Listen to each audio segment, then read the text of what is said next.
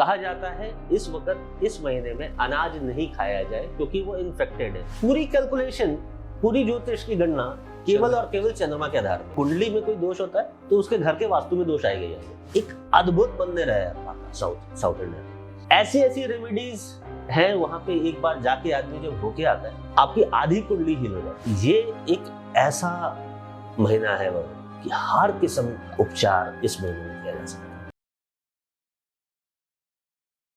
ओम नमः शिवाय सर। ओम नमः शिवाय वरुण, कैसे हैं आप? बहुत बढ़िया और बहुत ज्यादा खुश हूँ। और ऑडियंस को बताना चाहूंगा कि आज सावन का पहला सोमवार है और लिटरली पहला सोमवार है। हम सुबह रिकॉर्ड कर रहे हैं और शाम को डालेंगे, क्योंकि 2 महीने से मैं रीच आउट कर रहा हूँ। बट कभी आप कहीं ट्रैवल कर रहे हो, कभी कहीं ट्रैवल कर रहे हो, टीम कहती है कि सर अभी यहाँ है, कभी विदेश में है। तो आज फाइनली टाइम देने के लिए बहुत बहुत शुक्रिया। बहुत बहुत आभार, आपके सारे दर्शकों का बहुत बहुत आभार जी। और मैं बहुत खुशकिस्मत मानता हूँ कि मैं सावन के सोमवार में आपसे मिल रहा हूँ, और वो भी पहले सोमवार पे। सो आई वांट कि हम एक सीरीज बनाएं। हमने पूरा प्लान किया है कि हम आपके लिए जितने 5 सोमवार हैं, हम वो सारे दिन पे कुछ ना कुछ शिव जी से रिलेटेड, सावन से रिलेटेड और नंदी जी से रिलेटेड, कार्तिकेय जी, गणेश जी, सब से रिलेटेड जितना हो सकता है हम आपके लिए बहुत अच्छा कंटेंट लेके आने वाले हैं, जो आपकी लाइफ में बहुत ज्यादा इम्पैक्ट डालेगा, बहुत ज्यादा परेशानियां खत्म करेगा। और जिसके लिए आप बहुत फेमस हैं, फाइनेंशियल एस्ट्रोलॉजर, तो आपके फाइनेंसेस में भी हम कोशिश करेंगे कि ये सावन बहुत प्रॉस्पेरिटी लेके आए। सो सबसे पहले डॉट टॉक्स हिंदी पॉडकास्ट पे आपका बहुत बहुत स्वागत है। एंड अब हम पॉडकास्ट स्टार्ट करते हैं। बहुत बहुत धन्यवाद। तो सबसे पहला सवाल यही है कि सावन का क्या महत्व है?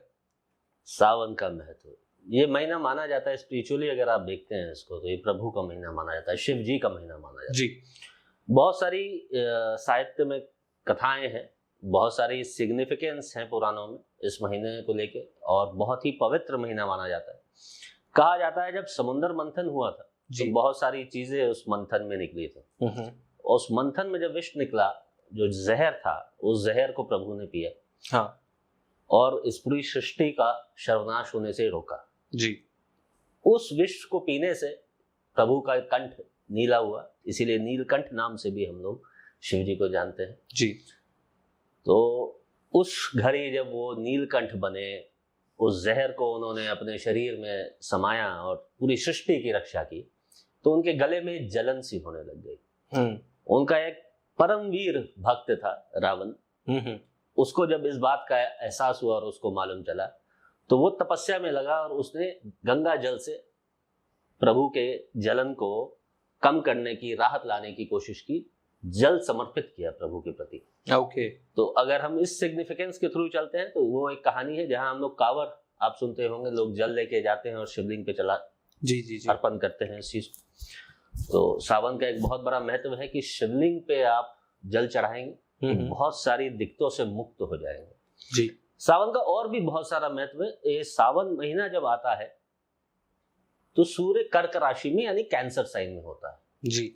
तो चंद्रमा की राशि में सूर्य होता है और वर्षा बहुत होती है। तो जब वर्षा होती है माना जाता है, और ये क्या है कि हमारी जो संस्कृति में फसलों को हम जब देखते हैं, हाँ। जो एग्रीकल्चर प्रोडक्ट्स को हम लोग देखते हैं, ये सारी चीज सूर्य के मूवमेंट पे डिपेंड करती है। हर एक संक्रांत के अनुसार, सूर्य के हर एक गोचर के अनुसार हम प्रेडिक्ट कर पाते हैं हमारी फसलें कैसी होंगी।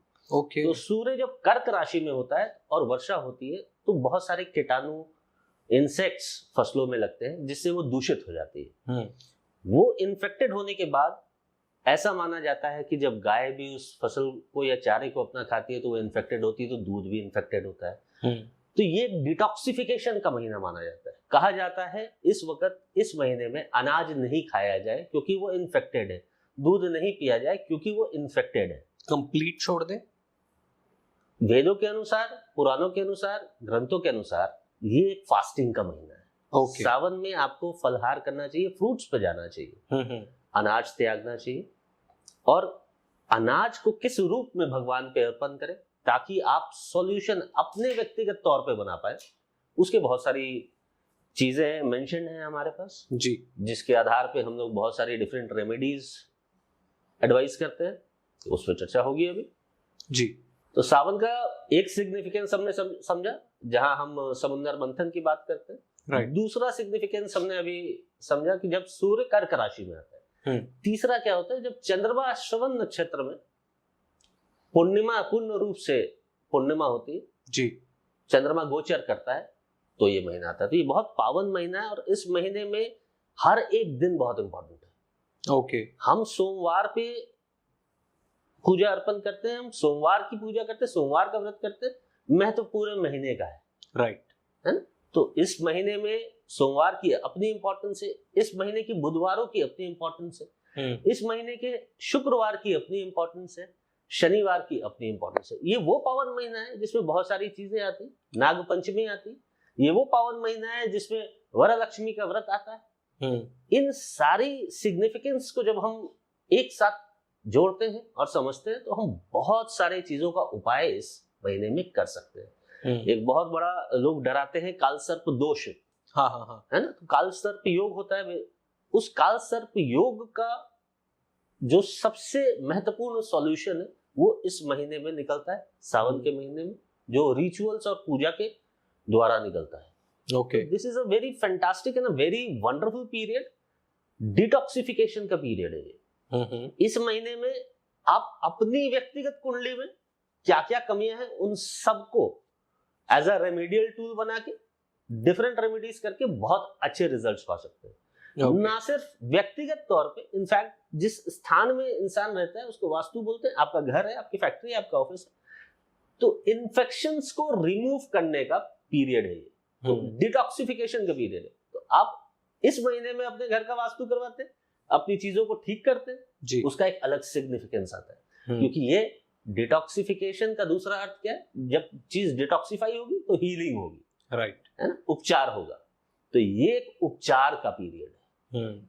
ओके, सो सावन को हम अगर इतना महत्वपूर्ण मानते हैं तो हमको पूजा करनी होती है, क्योंकि हम शिवलिंग पे जल चढ़ाते हैं या फिर बहुत सारी और चीजें चढ़ाते हैं, हम लोग फास्टिंग करते हैं। तो क्या एक नियम कैसा होता है कि मतलब अगर मैं एक ऑर्डिनरी ऑडियंस की नजरों से देखूं तो मेरे को सावन में पूजा कैसे करनी चाहिए? आंखें बंद कीजिए जी, ओम तत्पुरुषाय विद्महि महादेवाय धीमहि तन्नो रुद्र प्रचोदयात्। ये शिव जी का गायत्री मंत्र है और केवल ये मंत्र इतना पावरफुल है कि इसको चैंट करके जब आप पूजा करते हैं, और इस पूरे सावन महीने में, मैं तो बोलता हूँ पूरी जिंदगी भर आपको ओम नमः शिवाय और शिव जी का गायत्री मंत्र करना चाहिए जी, लेकिन जब आप स्पेशली सावन में इस मंत्रों का उच्चारण करते हैं, एक अलग सी ही सुख की प्राप्ति होती, एक अलग से ही कल्याण होता है आपका। तो इसको भी हम अपने कुंडली के अनुसार बहुत अच्छे से कर सकते हैं। कैसे? वो मैं आपको अभी समझाता हूँ, समझाइए। इस मंत्र के द्वारा गायत्री मंत्र की कितनी ज्यादा मान्यता है और कितना ज्यादा इंपॉर्टेंट और पावरफुल मंत्र है, ये तो सारे लोग दर्शक जानते हैं, लेकिन शिव जी का गायत्री मंत्र एक अलग ही चमत्कारी मंत्र है। इस मंत्र को आप अपने राशि के, अपनी कुंडली के अनुसार कैसे करेंगे, कितनी बार करेंगे, किस तरीके से करेंगे और क्या अर्पण करेंगे, ये एक रहस्य है जो लोग नहीं बताते, आज उस पर चर्चा करेंगे। बताइए। तो यहाँ पे सबसे ज्यादा इंपॉर्टेंट जो राशि है वो है कर्क राशि। कर्क राशि, कर्क राशि, ओके, जहां पे सूर्य भी गोचर करता है और चंद्रमा का गोचर भी होता है इस महीने में। तो हमें अपनी कुंडली में क्या है, हमारे 12 खाने होते हैं। हमने पिछले पॉडकास्ट में भी, बहुत सारे पॉडकास्ट में समझाया है कि आप कुंडली कैसे देखो, अपने हाउसेस को कैसे समझो। तो कर्क राशि यानी कैंसर साइन, जिसका नंबर होता है 4, तो आपकी कुंडली में जहां पे 4 नंबर लिखा है उस जगह को, स्थान को पकड़ना है आपको। आपकी कुंडली हो सकता है, आप मेष लगन है, 1 नंबर से शुरू होती है तो चौथे भाव में 4 नंबर लिखा होगा जी, है। हो सकता है आप मिथुन लगन है, जेमिनी एसेंडेंट है, तो आपके 2nd हाउस में 4 नंबर लिखा होगा। तो जिस जगह पे 4 लिखा है उस खाने का, उस भाव का सबसे अच्छा उपचार इस महीने में किया जा सकता है। उससे भी ज्यादा इंपॉर्टेंस क्या है, इस पे अभी हम लोग चर्चा करेंगे, उपचार करना कैसे, रेमेडीज करनी कैसे। कर्क राशि का जो स्वामी है वो चंद्रमा है। चंद्रमा हमारे मानसिकता का कारक है। हम अपनी मानसिकता को, अपने एंजाइटी को, अपने इमोशंस को कैसे और ज्यादा क्लीन कर पाए और ज्यादा स्ट्रांग कर पाए, उसकी रेमेडी के लिए सबसे अच्छा महीना ही है।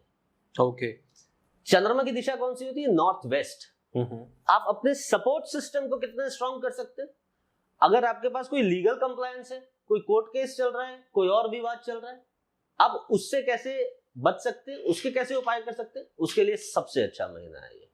बैंकिंग से रिलेटेड कोई प्रॉब्लम चल रही है आपकी, कोई आपके लोन के डिस्प्यूट्स चल रहे हैं, या आपको कुछ फंडिंग चाहिए, फंडिंग नहीं मिल पा रही, आप स्टार्टअप हैं, आप जाते हैं इन्वेस्टर्स के पास, बातें रुक जा रही है, नॉर्थ वेस्ट डायरेक्शन है, चंद्रमा है उसका कारक, इस महीने में रेमेडीज कीजिए, बहुत अच्छे रिजल्ट्स आ सकते हैं। ओके। माँ का कारक है, अपनी माँ की सेवा के लिए, अपनी माँ की अच्छी उम्र के लिए, अपनी माँ की सेहत के लिए इस महीने में रेमेडीज कीजिए, बहुत अच्छे उपाय आ सकते हैं। तो ये एक ऑल टुगेदर एक ऐसा महीना है जहां खुद नैसर्गिक तौर पे जो नेचुरल सोल सिग्निफिकेटर है सूर्य, और जो नेचुरल आत्मा का कारक है, मन का कारक है, भाव का कारक है चंद्रमा, वो एक साथ युति बनाते हैं। और इस साल क्या हो रहा है कि इसी कर्क राशि में शुक्र का गोचर भी है, तो शुक्र कर्क में है, वहां पे सूर्य भी है, तो एक अलग युति है, बहुत सारे सिग्निफिकेंस है। आपको रिलेशन, शुक्र आपकी रिलेशनशिप का कारक है, आपकी पत्नी का कारक है। वरालक्ष्मी व्रत भी आता है इस महीने में। इस महीने में क्या उपाय करें कि मजा आ जाए, वो रिलेशनशिप जो कहीं ना कहीं रुक सा रहा हो, किसी का कोई समस्या आ रही हो, किसी का विवाह नहीं हो रहा हो, किसी के विवाह में कोई ना कोई दिक्कत आ रही हो, रिलेशनशिप की हीलिंग के लिए इससे अच्छा कोई महीना नहीं है। कह सकते हैं कि ये पावर बूस्टर महीना एक तरीके से, ये सबसे ज्यादा पावर बूस्टर महीना। इस महीने से ज्यादा पावरफुल महीना पूरे 12 महीने में कोई नहीं होता, अगर हम रेमेडीज की बात करते हैं, अगर हम उपचारों की बात करते हैं, है ना? तो this is how it is. वाह। तो जैसे आपने बताया कि बैंकिंग की कोई समस्या है, तो थोड़ा ब्रीफ में लेके चलते हैं कि जिससे लोगों की मदद होए। तो अगर किसी को बैंकिंग से रिलेटेड समस्या है तो वो क्या उपचार करे? सारे उपचारों पे चर्चा करते हैं वरुण। तो पहले एक नॉर्मल इंसान के लिए देखते हैं, एक ऑर्डिनरी आदमी जो व्यक्तिगत तौर पे अपनी जीवन को अच्छे से जी रहा है, वो उसको कैसे एनहांस कर सकता है। तो हमें कुंडली में, जैसा मैंने बताया, आइडेंटिफाई करना है कि 4 नंबर कहाँ लिखा हुआ है। ओके। 4 नंबर जहां भी लिखा हुआ है उसको आपको बस देखना है। जैसे मैंने बताया, अगर मिथुन है तो आपके सेकंड हाउस में 4 नंबर लिखा होगा, और वहां से आपको देखनी है चंद्रमा की प्लेसमेंट कहाँ है। कैसे देखेंगे? आपकी कुंडली में जहां पे भी चंद्रमा है, हाँ। हो सकता है चंद्रमा आपके 8वें भाव में, आपके 9वें भाव में, आपके 10वें भाव में। ठीक है। फॉर एग्जाम्पल, अगर आप मिथुन लगन है, जेमिनी एसेंडेंट है, तो दूसरा भाव आपके चंद्रमा का है। ओके। अब हो सकता है वो चंद्रमा 10वें भाव में बैठा है जी, तो आपको क्या गिनना है? 2 से लेके 10 तक की गिनती, 2 4 5 6 7 8 9 10 जी, यानी कि 8 घर दूर है वो। हाँ। आपको केवल 8 बार इस गायत्री मंत्र का प्रयोग करना है। ओके। हर एक गायत्री मंत्र करने के बाद, हर एक बार जब आप मंत्र का उच्चारण करेंगे, आपको शिवलिंग पे कुछ चढ़ाना है। अब वो क्या चढ़ाना है, उसके लिए आपको अपनी कुंडली में आइडेंटिफाई करना है कि चंद्रमा कौन से नक्षत्र में बैठा है। अच्छा, है ना? हाँ। हर एक व्यक्ति का चंद्रमा अलग एक नक्षत्र में हो सकता है। राइट। हर एक नक्षत्र से एक ग्रेन, एक फसल जुड़ती है। ठीक है ना? उस फसल को जब आप मंत्र का उच्चारण करें, आप उसको अर्पण कर दें शिवलिंग में। वाह। तो ये एक इतना पावरफुल रेमेडियल टूल है पूजा करते वक्त कि आप गायत्री जाप करें शिव जी का, और जितनी बार करना है, कितनी बार करना है आपको, वो मैंने आपको कैलकुलेशन बताया जी, है ना? तो हो सकता है आप सिंह लग्न हो, आप लियो एसेंडेंट हो, उस केस में क्या होगा, 12वें घर का स्वामी आपका जी चंद्रमा है। राइट। मान लीजिए चंद्रमा आपके चौथे घर में बैठा है, तो आप कैसे आइडेंटिफाई करेंगे? 12 1 2 3 4 5, तो केवल 5 बार आपको ये मंत्र करना है और 5 बार वो चीज अर्पित करनी है। और ऐसा आप कीजिए इस पूरे सावन में, कोशिश कीजिए हाँ हाँ कि 30 दिन करें, क्योंकि हर एक दिन इंपॉर्टेंट है। जी। कैसे पता लगेगा कि कौन सा ग्रेन हमें चढ़ाना है? क्या है, 27 नक्षत्र है वरुण, 2700 से अलग अलग चीजें रिलेट करती हैं, अलग अलग ग्रेन्स। इतनी स्पीड में ऑडियंस भी भूल जाएगी, डिस्क्रिप्शन पे डालेंगे। आप केवल आइडेंटिफाई कीजिए कितनी बार मंत्र करना है और चंद्रमा कौन से नक्षत्र में। बहुत सिंपल है, इससे आसान रेमेडी कुछ भी नहीं हो सकती जी। सो ये रेमेडी करने से हमारे को ओवरऑल बेनिफिट मिलेगा। ये रेमेडी करने से आपका चंद्रमा इतना स्ट्रांग हो जाएगा। बहुत सारे लोग एंजाइटी में रहते हैं जी, बहुत सारे लोगों को स्लीपिंग डिसऑर्डर है। हाँ। एक सबसे बड़ी चीज इसमें मैं स्लीपिंग डिसऑर्डर एंजाइटी में बताता हूँ, बहुत सारे ऐसे लोग हैं जो बाहर विदेश में जाके पढ़ाई कर रहे हैं या सेटल हो चुके हैं या विवाह हो गया तो उसके बाद विदेश चले गए। राइट। तो जो व्यक्ति विदेश की अगर हम यात्रा की बात करें, सेटलमेंट की बात करें, तो हम वहाँ कौन सा घर को देखते हैं? हम 12वें घर को देखते हैं। ठीक है। तो जब व्यक्ति विदेश चला जाता है तो वो अपने 12वें घर को एक्टिवेट कर चुका होता है। राइट। वो एक्टिवेटेड होता है तभी वो विदेश जा पाता है। तो विदेश जब जाता है व्यक्ति और 12वां घर एक्टिवेट होता है तो 12वें घर के बहुत सारे लक्षण है जी। स्लीपिंग डिसऑर्डर, एंजाइटी, लॉसेस को भी बहुत अच्छे से सिग्निफाई करता है 12वां घर। ओके। तो ये 12th हाउस एक्टिवेटेड होता है जो लोग विदेश जाते हैं उनके लिए ये इतनी पावरफुल रेमेडी है, या जो जाना चाहते हैं, या जो जाना चाहते हैं, चलो जो जाएगा वो तो तब अपना 12वां घर एक्टिवेट करेगा, जो जा चुके हैं ओके, उनको इस वक्त 100% 30 दिन इस रेमेडी को करना चाहिए और 30 दिन के अंदर वो रिजल्ट देखेंगे। ओके। क्योंकि मेरे पास पूरी दुनिया से देश विदेश कितनी कंट्रीज से लोग आते हैं, एक बहुत कॉमन प्रॉब्लम है, दैट इज एंजाइटी। और वो एंजाइटी का प्रॉब्लम ही है कि 12वां घर उनका एक्टिवेटेड है, वो गए थे किसी और उससे बसे हैं, जब बसे हैं तो परमानेंटली 12th हाउस एक्टिवेटेड है। तो आप एक किसी भी खाने को जब 12 माह एक्टिवेट रखते हैं, 24/7 एक्टिवेट रखते हैं, तो गोचरों के अनुसार वो अलग अलग फल देता है ना। तो कंसीडरिंग अ पर्टिकुलर चार्ट उसके अलग अलग वास्तु के उपाय भी होते हैं, लेकिन इस महीने में वो खाली इस छोटे से रेमेडी को करके देखे और देखो क्या फर्क आता है, मजा आ जाता है। Wow, make sense. Yes. Okay okay. बहुत सारे लोग जब भी आपका पॉडकास्ट आता है तो लोगों को पता है कि फाइनेंस की बात जरूर होगी, क्योंकि आपको बेस्ट फाइनेंशियल एस्ट्रोलॉजर के भी बहुत सारे अवार्ड्स मिले हैं। सो वो टॉपिक मैं मिस कर दूंगा तो लोग मेरे को बोलेंगे कि आपने कैसे छोड़ दिया। नहीं, तो सबसे पहला हम हर एक प्रॉब्लम को इसमें कवर करते हैं, विस्तार में समझेंगे, है ना जी। अभी हमने पहला कवर किया कि मून की हीलिंग कैसे होगी, चंद्रमा को हम कैसे ठीक करेंगे। हाँ जी, है ना। चाहे आपका अच्छा है, आपका एक्सॉल्टेड चंद्रमा है, हाँ, तो भी आप इस रेमेडी को करें, आपको और अच्छा फर्क मिलेगा। एक बहुत इंपॉर्टेंट सी चीज समझते हैं, चंद्रमा हर एक दिन एक नक्षत्र बदलता है और हर एक 2.5 दिन में एक पूरे साइन को, एक राशि में परिवर्तित होता है। तो चंद्रमा बहुत ज्यादा वॉलेटाइल है, बहुत फ्लिकरिंग एनर्जीज के साथ है। हाँ। ये रेमेडी बहुत इंपॉर्टेंट है, सारे लोग करें, सबको फायदा होगा। अब हम इंडिविजुअली हर एक एस्पेक्ट ऑफ लाइफ को समझते हैं। हर एक चीज, ना सिर्फ फाइनेंस, हेल्थ, रिलेशनशिप, एजुकेशन, सारी चीजों को कैसे यहाँ पे इंटीग्रेट किया जाए, बहुत इजी है। ये महीना इतना आसान है रेमेडियल सॉल्यूशंस के लिए कि आप लोग को मजा आ जाएगा। तो किसी व्यक्ति को अगर कॉन्फिडेंस की कमी है, उसको ये लगता है कि वो लैक ऑफ कॉन्फिडेंस है, एनर्जी नहीं मिल रही, अपॉर्चुनिटीज नहीं आ रही, उसको अपने लगन को देखना है। ठीक है, अपने लगन के स्वामी को देखना है, वो कौन से नक्षत्र में है वो देखना है। एक बार क्विकली आप बता सकते हो कि कैसे देखा जाता है? बहुत सिंपल है। अगर मान लो आपके लग्न में 1 नंबर लिखा हुआ है, मेष है, हाँ, ठीक है, तो आपका मंगल स्वामी है, तो आपको देखना है मंगल का नक्षत्र कौन सा है जी, जो हमने डिस्क्रिप्शन में ग्रेन्स दी है।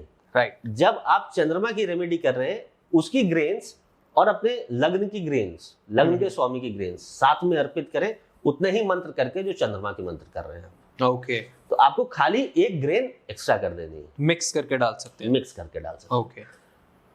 पैसे का देखना है, एक्यूमुलेटेड वेल्थ का देखना है ना, कि पैसा कमा रहे हैं, रोज पैसा आ रहा है, लेकिन पैसा खर्च हो जाता है। हाँ, सेविंग नहीं हो पाती, या कोई ऐसी चीज चल रही है कि इनहेरिटेड कोई प्रॉपर्टी है, हाँ, जो आनी थी मेरे पास लेकिन विवादों में है, हाँ, है ना, किसी दादाजी, परदादाजी, पिताजी की, राइट, फैमिली की कोई प्रॉपर्टी है जो आनी थी, जिसका वो किसी विवाद में फंसी है। किसी भी प्रकार की फैमिली से रिलेटेड, आपके कुटुंब से रिलेटेड कोई प्रॉब्लम है, आपको दूसरे भाव को देखना है, दूसरे भाव के स्वामी को देखना है।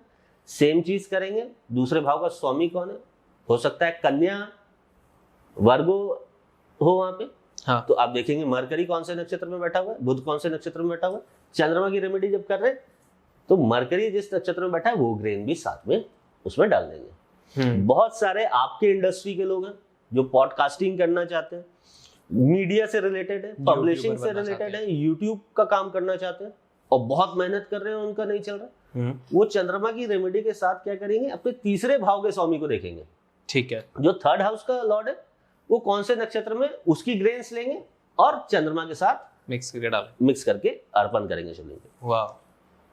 किसी के घर में प्रॉब्लम आ रही है, घर नहीं बन पा रहा, घर खरीदना चाहता है, ले नहीं पा रहा, या बहुत ज़्यादा विवाद रहता है घर में, हमेशा जब घर जाता है तो उसको बड़ा डिप्रेसिंग एटमॉस्फेयर मिलता है, या कोई बंदा प्रॉपर्टी का काम करता है, रियल स्टेट का काम करता है, कोई बंदा डेवलपर है, डेवलपमेंट्स कर रहा है, अपनी हाउसिंग सोसाइटीज बना रहा है, अपने कॉमर्शियल प्रोजेक्ट्स बना रहा है, उसको अलग अलग किस्म की प्रॉब्लम आती है। हम लोग तो बहुत क्लोजली बिल्डर्स के साथ काम करते हैं, तो हमें पता है कि उसको लीगल कंप्लायंस बहुत सारे आते हैं, लेबर प्रॉब्लम्स बहुत सारी आती है, फंडिंग की प्रॉब्लम आती है, तो एक सिस्टमैटिक कंस्ट्रक्शन फ्लो नहीं बन पाता है, तो पेमेंट्स की प्रॉब्लम आने लग जाती है। राइट। इस प्रकार की कोई भी प्रॉब्लम है, रियल स्टेट से रिलेटेड, घर से रिलेटेड, घर के विवादों से रिलेटेड, आप अपने 4th हाउस को देखेंगे, 4th हाउस का लॉर्ड जिस नक्षत्र में, उस ग्रेन्स को चंद्रमा के साथ, उसके नक्षत्रों के साथ अर्पण कर देंगे। सो बेस हम चंद्रमा की ग्रेन्स को रखें और उनके साथ मिक्स मेन करके टूल जो है दैट हाँ। इज चंद्रमा, जो Okay. तीर चलेगा उस चंद्रमा का। वो चंद्रमा है। यहाँ पे इंजन भी चंद्रमा है, पायलट भी चंद्रमा है, हाँ। सब कुछ चंद्रमा है। ओके, सो बेस हम वो रखें। बेस वही रखना ही है। ओके। और अगर हम इसको वैदिक ज्योतिष में देखें ना, तो वैदिक ज्योतिष में हम राशियों की बात करते हैं, हम लगन के हिसाब से प्रिडिक्ट करते हैं, जब पुराने कल्चर में जाएंगे हम राशियों के हिसाब से प्रिडिक्ट करते हैं, तो राशि का आधार भी चंद्रमा है, ओके, है ना। हाँ। तो ये पूरी कैलकुलेशन, पूरी ज्योतिष की गणना केवल और केवल चंद्रमा के आधार पे वाओ। है। तो हम जब चंद्रमा को एक टूल बना रहे हैं और उसके साथ हम किसी Mix चीज कर को रहे हैं। इंटरग्रेट करके कर रहे हैं, तो बहुत ही फायदा आएगा। किसी को जैसे इसमें से 2 प्रॉब्लम्स आ रही हो या 3 प्रॉब्लम्स आ रही उस हो, पर भी हम आगे चल के अभी चर्चा करेंगे। ठीक है, ठीक है तो अभी हम लोग 4th हाउस तक आए, जी। अब हम 5th हाउस को देखते हैं। अगर हाँ। जैसे बच्चे हैं, वो पढ़ाई में उनको दिक्कत आ रही है, लर्निंग में प्रॉब्लम आ रही है, क्रिएटिव लोग हैं, आर्टिस्ट लोग हैं, पेंटर्स हैं, और बहुत सारी चीजें हैं। आर्ट में तो कोई किसी इंस्ट्रूमेंट को प्ले करता है, कोई गायक है, राइट। कोई एक्टर है, हाँ, है हाँ। ना? अब इतने सारे बॉलीवुड के लोग भी हमारे से जुड़े हुए हैं, तो उनके लिए हम हमेशा जो रेमेडीज करते हैं, मैक्सिमम हम 5th हाउस को केटर करते हैं। चाहे कोई भी रेमेडी कर रहे हैं, जब तक 5th हाउस हमारा स्ट्रांग नहीं होगा, हम फायदा नहीं। क्रिएटिविटी में कुछ नहीं कर सकते, हम है। एजुकेशन में कुछ नहीं कर सकते। ओके। बहुत सारे ऐसे लोग हैं जो किसी न किसी कारण, मेडिकल प्रॉब्लम की वजह से, जिनकी संतानें नहीं हो रही, हाँ। है ना, तो या संतान के लिए कोई करना चाहता है, परमात्मा ना करे, लेकिन अगर किसी की तबीयत खराब है या कोई दिक्कत है, वो अपने बच्चों के लिए कोई रेमेडी करना चाहता है, हम 5th हाउस को कंसीडर करेंगे। हम ठीक है। 5वें घर को देखेंगे, उसका लॉर्ड कौन से नक्षत्र में बैठा हुआ है, उनकी ग्रेन्स लेंगे और चंद्रमा की ग्रेन्स के साथ हम उसको अर्पण करेंगे। ओके। ख्याल खाली हमें ये रखना है, मंत्रों का उच्चारण एज पर चंद्रमा होगी, और चंद्रमा की ग्रेन्स हम एज पर चंद्रमा नक्षत्र साथ में डालेंगे। ठीक है, अब क्लियर। कुछ लोग ऐसे हैं जिनकी बहुत सारे विवादों में फंस गए, कोर्ट केसेस बहुत सारे हो गए, जी। है ना? या अननेसेसरली डिस्प्यूट्स होते रहते हैं। आप कहीं रहते हैं, आपके पड़ोसी के साथ डिस्प्यूट हो रहा है, आप ऑफिस में हैं, आपको अपने एम्प्लॉयज के साथ या बॉसेस के साथ डिस्प्यूट हो रहा है, या लीगल कंप्लायंसेस आपके ऊपर बहुत है, हाँ। है ना। और बहुत सारे ऐसे लोग भी हैं जो बहुत ज्यादा टैलेंटेड हैं और उनको जॉब नहीं मिल रही, हाँ। वो जाते हैं लेकिन उनको वो डिजायर्ड जॉब नहीं मिल रही, उनको थोड़ा डाउनग्रेड हो जाते हैं, या वो सैलरी एक्सपेक्टेशन मैच नहीं कर पा रहे, राइट। या उनके लोग रिकॉग्नाइज नहीं कर पा रहे कि हाँ ये कितना टैलेंटेड है। इस प्रकार की कोई भी समस्या है, हम 6th हाउस को देखेंगे। किसी को कोई रोग है, कोई बीमारी है जो लॉन्ग टर्म से चली आ रही है और उसका उपचार नहीं मिल रहा है, उसके लिए भी हम 6th हाउस को देखेंगे। हम 6th हाउस के नक्षत्र को देखेंगे, लॉर्ड कौन से नक्षत्र में, हम उसकी ग्रेन्स चंद्रमा की ग्रेन्स के साथ अर्पित करेंगे।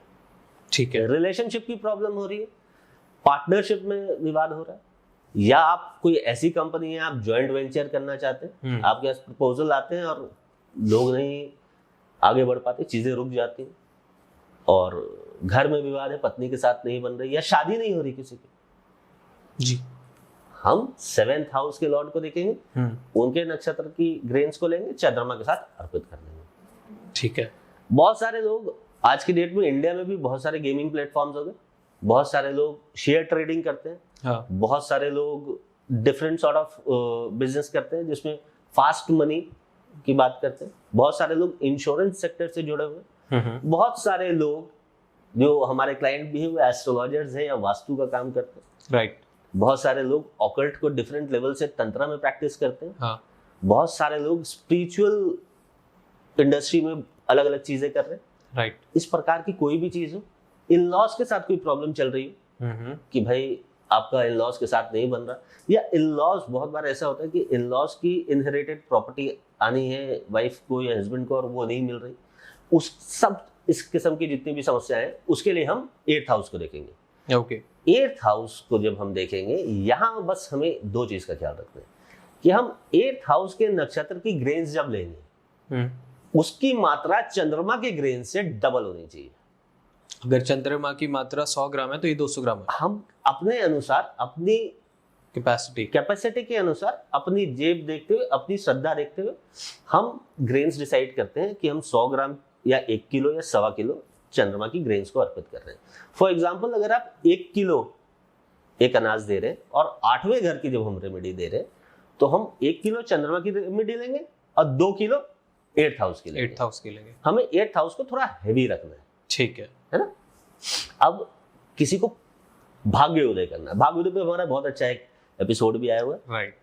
किसी को ऐसा लगता है कि बहुत मेहनत कर चुके हैं, बहुत सारी चीजें पा चुके हैं, लेकिन वो डिजायर्ड पैसा नहीं कमा पाए, डिजायर्ड पोजीशन नहीं मिल पाई, डिजायर्ड वो डेजिग्नेशन नहीं मिला, वो फेम नहीं मिला या पैसा नहीं मिला। पिता से रिलेटेड कोई प्रॉब्लम है, पिता से कोई विवाद है, पिता की कोई सेहत में प्रॉब्लम है, गुरु से लेके कोई समस्या है। बहुत लोग लर्निंग करना चाहते हैं, हायर लर्निंग, PhDs, डॉक्टरेट, आगे की कोई चीज करना चाहते हैं। राइट। उनको किसी ना किसी प्रकार की समस्या आ रही है। किसी भी प्रकार की समस्या जो, जैसा मैंने बताया, उससे रिलेटेड है, 9th हाउस के लॉर्ड को देखेंगे, उसके नक्षत्र को देखेंगे, चंद्रमा की ग्रेन्स के साथ अर्पित करेंगे। यहाँ पे एक बहुत स्पेशल रेमेडी भी निकल के आती है जो गुरु और पिता के लिए है। बताइए। वो ये है कि जब आप चंद्रमा के साथ 9वें घर की अनाज को अर्पित करेंगे, उतनी ही क्वांटिटी का अनाज अपने गुरु या पिता को दे, अर्पित करें। अच्छा। ये इतनी पावरफुल रेमेडी है कि जब हम गुरुकुल की बात करते हैं तो हम लोग जब सावन में ये रेमेडीज करते थे, एग्जैक्टली उतने अमाउंट की ग्रेन्स गुरु को और पिता को दिया करते थे, और आज भी देते। तो क्योंकि आप देखिए, जो पहले पूर्णिमा लगती है, that is the Guru Purnima, है ना? तो एक अलग सिग्निफिकेंस है गुरु पूर्णिमा का, और एक अलग सिग्निफिकेंस है 9वें भाव का। 9th हाउस को जब आप हील कर लेते हैं, आप पूरी कुंडली को हील कर लेते हैं। ये अकेला एक ऐसा भाव है जो पूरी कुंडली को संभाल सकता है। किसी को कैरियर से रिलेटेड प्रॉब्लम है, कोई जॉब ही नहीं मिल रही, बहुत सारे बिजनेस कर लिए, किसी के बिजनेस नहीं चल रहे, कुछ ना कुछ विवाद आ जाता है हमेशा, या बहुत फ्लक्चुएटिंग है, कभी सेल्स बहुत ज्यादा है, कभी सेल्स बहुत कम है। कुछ लोग बिल्डर्स हैं, प्रमोटर्स हैं, बिल्डर प्रमोटर क्या है, 4th हाउस है ना, उसके ठीक अपोजिट बैठा हुआ 10वां भाव है। तो वो मेहनत कर रहा है, उसने कोलैबोरेशन कर ली, बिल्डिंग कंस्ट्रक्शन शुरू हुई, फिर रुक गई, कोई लीगल डिस्प्यूट आ गई, कोई भी दिक्कत आ गई, किसी भी चालन से काम रुक गया, काम में बार बार कोई ना कोई रुकावटें आ रही हैं, प्रॉब्लम्स आ रही हैं, और अनसीन प्रॉब्लम आ रही है। इस प्रकार की कोई भी दिक्कत हो, जॉब ही नहीं मिल रही किसी को, पैसा है, बिजनेस नहीं मिल रहा, फ्रेंचाइजी ली, फ्रेंचाइजी नहीं चल रही, इंडस्ट्री खोली, प्रोडक्शन नहीं हो रहा, इस प्रकार की कोई भी समस्या है, 10th हाउस के लॉर्ड को देखेंगे, उसके नक्षत्र कहाँ पे, किस नक्षत्र में बैठा है वो देखेंगे, उसकी ग्रेन्स इसके साथ अर्पित कर देंगे। ओके, ठीक है। अब आते हैं एक और फाइनेंस के हाउस में, जो है 11वां भाव जी। ये बहुत इंपॉर्टेंट भाव है, क्योंकि जब तक ये एक्टिवेट नहीं होगा, जब तक पैसा आएगा नहीं, दूसरे भाव में तक कनेक्शन नहीं बनेगा, दूसरे भाव का कनेक्शन नहीं बनेगा, पैसा आप एक्यूमुलेट नहीं कर पाएंगे। तो हमें 11वें भाव की रेमेडी बहुत विचित्र भी है और बहुत इंपॉर्टेंट भी है। आप पैसा कमा रहे हैं, आप जितना भी पैसा कमा रहे हैं, फॉर एग्जांपल आप हैं, आप आज 10 लाख रुपए महीना कमा रहे हैं और आप चाहते नहीं मैं इसको 10 टाइम्स और ऊपर ले जाऊं, आपको 11th हाउस को एक्टिवेट करना है। ठीक है। बहुत सारे ऐसे लोग हैं जो बेचारे मेहनत कर रहे हैं लेकिन लॉसेस भी जा रहे हैं। हाँ। आजकल आप देखते होंगे बहुत सारे, जैसे हमने वो टैंक्स और क्या फंडिंग वाले जितने वो भी देखे, लोग बोलते हैं बर्न हो रहा है पैसा। हाँ। पैसा आ नहीं रहा, पैसा खर्च कर रहे हैं। वो बिजनेस मॉडल कुछ अलग ही है। हाँ। है कि पैसा खर्च किए जा रहे हो, पैसा कमा नहीं रहे हो। हाँ। सारे स्टार्टअप्स यही ऐसे ही चल रहे हैं। जितने स्टार्टअप्स हैं उनका एक बड़ा कॉमन सा वर्ड है we are burning money. Burning money, right. तो ये बर्निंग मनी से अगर निकलना है तो बगैर फंडिंग के निकलना है और पैसा कमाना है, प्रॉफिट में आना है, तो 11वें भाव को ठीक करना है, राइट, है ना। Okay. कोई व्यक्ति है बेचारा बहुत टैलेंटेड है, उसको जॉब मिल रही है, लेकिन वो जो पे स्केल है, जो सैलरी वो छोटी है, उसको एनहांस करना है, अच्छी जॉब मिले, प्रमोशंस मिले, 11वें भाव को एक्टिवेट करना है। ओके, 11वें भाव के लॉर्ड को देखेंगे कि वो किस नक्षत्र में, उसकी जो भी ग्रेन्स है, जो चीजें हैं, वो चंद्रमा के साथ अर्पित करेंगे। जितनी ग्रेन्स आपने अर्पित किए, हाँ, उतनी ही ग्रेन्स आप नीडी पीपल में डोनेट करेंगे। ओके, 11वां भाव एक और बड़ा विचित्र भाव है।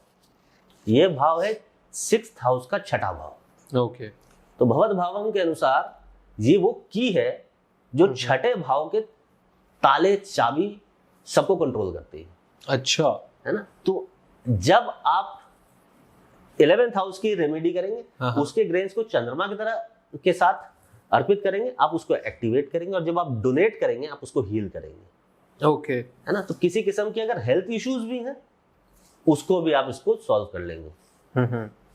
12वें भाव पे आते हैं जी, आध्यात्म का भाव है, विदेश यात्रा का भाव है।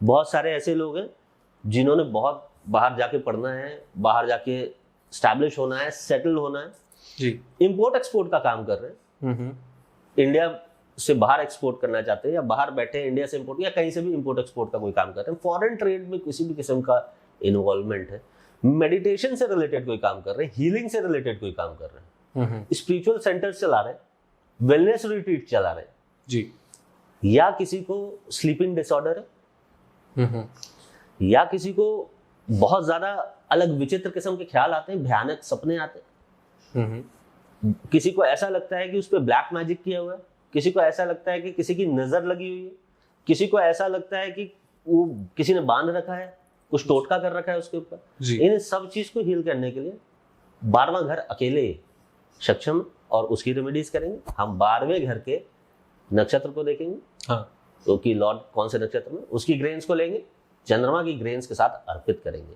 यहाँ पे एक एडिशन क्या है 12वें घर के साथ, कि हम जितनी ग्रेन अर्पित करेंगे उतनी ही ग्रेन हमें जल प्रवाह करनी है, ओके, है ना। तो 12वां घर क्या है, मोक्ष का घर है, हाँ, है ना। मोक्ष क्या है, इंसान आता भी जल में और जाता भी जल में है। हाँ, मनुष्य का जब जीवन होता है, उसकी उत्पत्ति होती है, तो जो माँ के गर्भ में होता है वो जल में होता है। हाँ, जब वो प्रस्थान करता है तो उसकी अस्थियां भी जल प्रवाह होती है।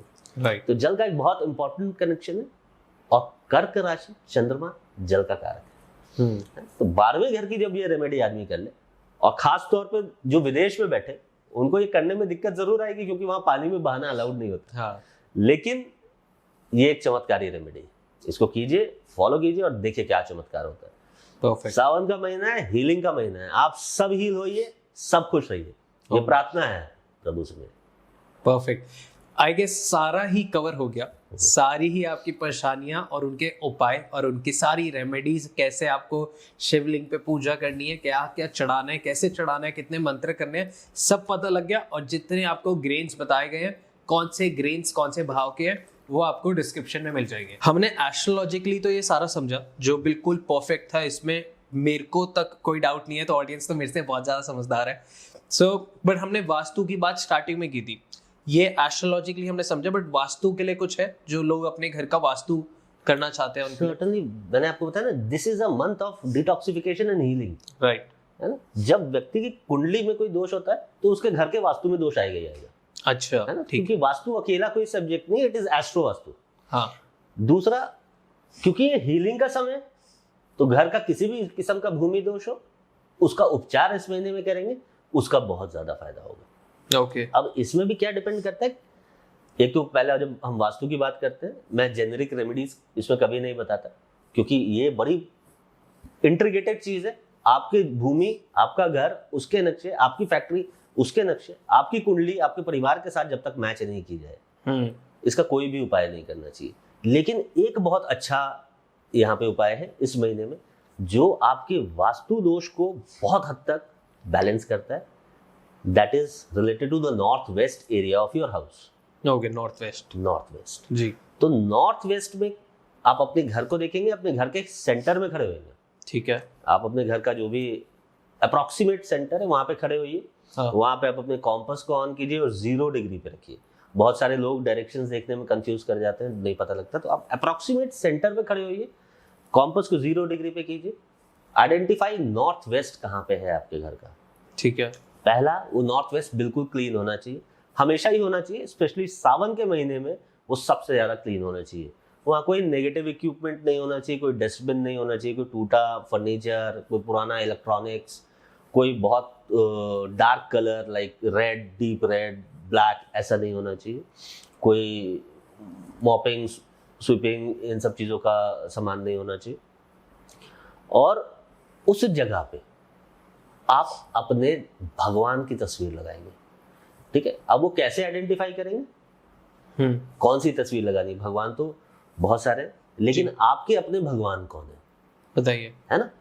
तो आप, बहुत सिंपल सा तरीका है, आप अपने चंद्रमा को देखेंगे। हाँ। चंद्रमा कौन से नक्षत्र में है? ओके। हर एक नक्षत्र के अपने एक डीटी है, अपने एक देवता है। ठीक है जी। आप अपने चंद्रमा को देखेंगे, वो कौन से नक्षत्र में है और उस नक्षत्र के देव कौन है, वो भी मैं डिस्क्रिप्शन में डलवा दूंगा। 27 नक्षत्र के अनुसार कौन से देवता है। जो आपके देवता है, जो आपकी देवी है, आपके नक्षत्र के अनुसार उनकी एक फोटो का प्रिंट आउट लीजिए 9 बाई 9 इंच का, 9 बाई 9, और व्हाइट फ्रेम में नॉर्थ वेस्ट में लगा दीजिए। ठीक है। ये एक ऐसा चमत्कारी उपाय है, जैसे ही आप ये काम करेंगे और आप विद इन 30 डेज आप देखेंगे बहुत पॉजिटिव शिफ्ट हुआ घर में। और हाँ, जब पॉजिटिव शिफ्ट आए तो पूरे घर को बैलेंस जरूर करवाइए, क्योंकि ये अकेली एक चीज, एक अकेला टूल पूरे घर को नहीं कर रहा, वो एक जोन को हील कर रहा है आपके, एक पर्टिकुलर एरिया को हील कर रहा है आपके, वो एरिया बैलेंस कर रहा है। बाकी जो है वो, उसका आधार तो आपकी कुंडली और आपके प्लान्स, जो फ्लोर प्लान्स होंगे, उस पर डिपेंड करेगा। लेकिन ये एक ऐसा महीना है वरुण कि हर किस्म का उपचार इस महीने में किया जा सकता है और जिसके वंडरफुल रिजल्ट्स आते हैं। जी, परफेक्ट। ऐसे और हम 4 एपिसोड और बनाने वाले हैं, जिसके आपको और आने वाले एपिसोडों में हम मिलेंगे और इन डेप्थ पर्सनलाइज्ड रेमेडीज की भी बात करेंगे जी, जहां हम शिव जी के संतानों के पुत्रों की बात करेंगे। हम उनके कैसे कनेक्टेड हैं हम उन लोगों से, उन पे बात करेंगे।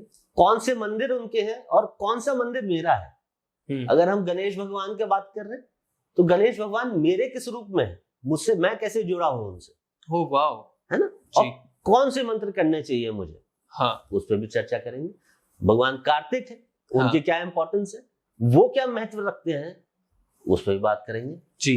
अयप्पा है, हाँ, एक अद्भुत मंदिर है अयप्पा का साउथ इंडिया में, हाँ, उसमें ऐसी ऐसी रेमेडीज हैं। वहां पे एक बार जाके आदमी जब होके आता है, आपकी आधी कुंडली हील हो जाती है। अयप्पा माना जाता है, जब मोहिनी अवतार लिया था विष्णु भगवान ने जी, तो शिव जी और विष्णु भगवान की संतान अयप्पा है ना? हाँ। तो हरिहरा रूप में जब हम पूजा करते हैं प्रभु की, तो वो एक डिफरेंट रेमेडीज आती है, और जब हम अयप्पा भगवान की बात करते हैं तो एक अलग रेमेडी आती है। तो आप दो बहुत बड़ी शक्ति से जो संतान उत्पन्न हुई है जी, उससे आप कैसे पर्सनली कनेक्ट करते हो, उसका आधार आपकी कुंडली है।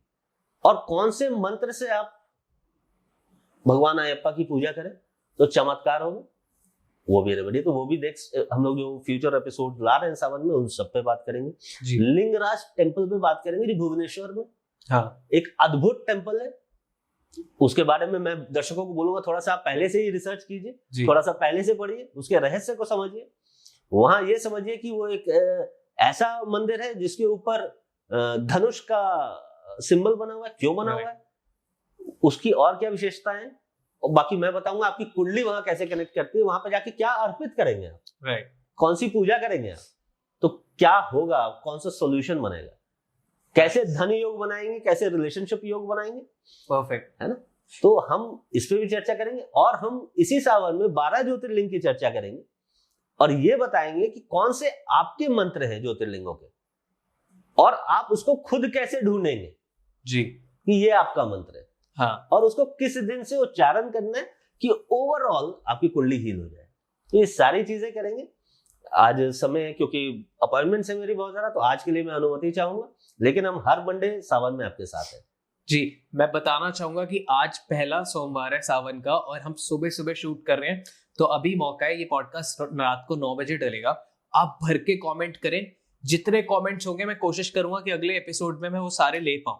जितने भी Certainly. लॉजिकल सेंसिबल कमेंट्स होंगे और जितने भी मंदिरों का सर ने वर्णन किया, आप उनके बारे में रिसर्च करके नीचे कमेंट्स में डालना स्टार्ट करें। आई वांट इसको हाईली एंगेजिंग बनाए, क्योंकि ये बहुत एक्साइटिंग सीरीज हम बना रहे हैं, बहुत एक इंटरेस्टिंग चीज बन रही है। तो आपके जितने कमेंट्स होंगे वो सब मैं आगे लेने की पूरी कोशिश करूंगा। सर्टनली लेंगे, और क्योंकि 5 सोमवार है, बहुत अच्छा टाइम भी है जी, तो हम नेक्स्ट एपिसोड्स में, जो भी हमारे 4 एपिसोड्स आ रहे हैं, हम टोटल 100 लोगों की कुंडलियां लेंगे और उनकी एक प्रॉब्लम का सॉल्यूशन देंगे। वाओ, ठीक है। अब वो रैंडमली मैं पिक नहीं कर रहा, वो रैंडमली एडॉनटॉक्स की टीम पिक करेगी जी, वो मेरे को सेंड करेगी। नाम, date of birth, time of birth, place of birth, ये सारी चीजें आप डालें। हम हर एपिसोड में कोशिश करेंगे 15-20, लेकिन हम इन 4 एपिसोड में 100 जरूर कवर करेंगे, चाहे समय जितना भी लग जाए, और जी। एक सवाल का उत्तर आपके विद सॉल्यूशन ऑन स्क्रीन देंगे। मैं चाहूंगा कि प्लीज पूरा सोच समझ के रैंडम मत करना, क्योंकि ये एक ऐसा मौका है जो आप इतने सारे मैसेजेस करते हो हमको कि कनेक्ट करा दो, तो शायद ये प्रभु कनेक्ट करा रहे हैं आपको। तो प्लीज लॉजिकल, सेंसिबल और जो एक्चुअल परेशानी है वो पूछ लीजिएगा। बहुत बहुत धन्यवाद आपके सारे दर्शकों का। बहुत अच्छा रहे ये सावन का महीना, बहुत फले आप लोग को, बहुत तरक्की करे, यही प्रार्थना है मेरी। जी, बस एक छोटा सा शिव जी का कोई मंत्र, क्योंकि जब आप मंत्र शिव जी का बोला, उससे भी जो मैं हमेशा बोलता हूँ और आपके पॉडकास्ट में बोलता हूँ और हमेशा चलाया, जिसको सुन के शिव जी भी खुश हो जाते हैं, उसी के साथ हम वाणी को विराम देंगे। तो सावन का महीना, शिव जी की पूजा अवश्य कीजिए, लेकिन श्री राम का नाम लेना नहीं भूलिएगा, है ना। तो एक बार आप सबके लिए श्री राम राम रामेति रमे रामे मनोरमे सहस्त्र नाम तत्तुल्यम राम नाम वरानंदे। सब खुश रहिए, मुस्कुराते रहिए। ओम नमः शिवाय। ओम नमः शिवाय।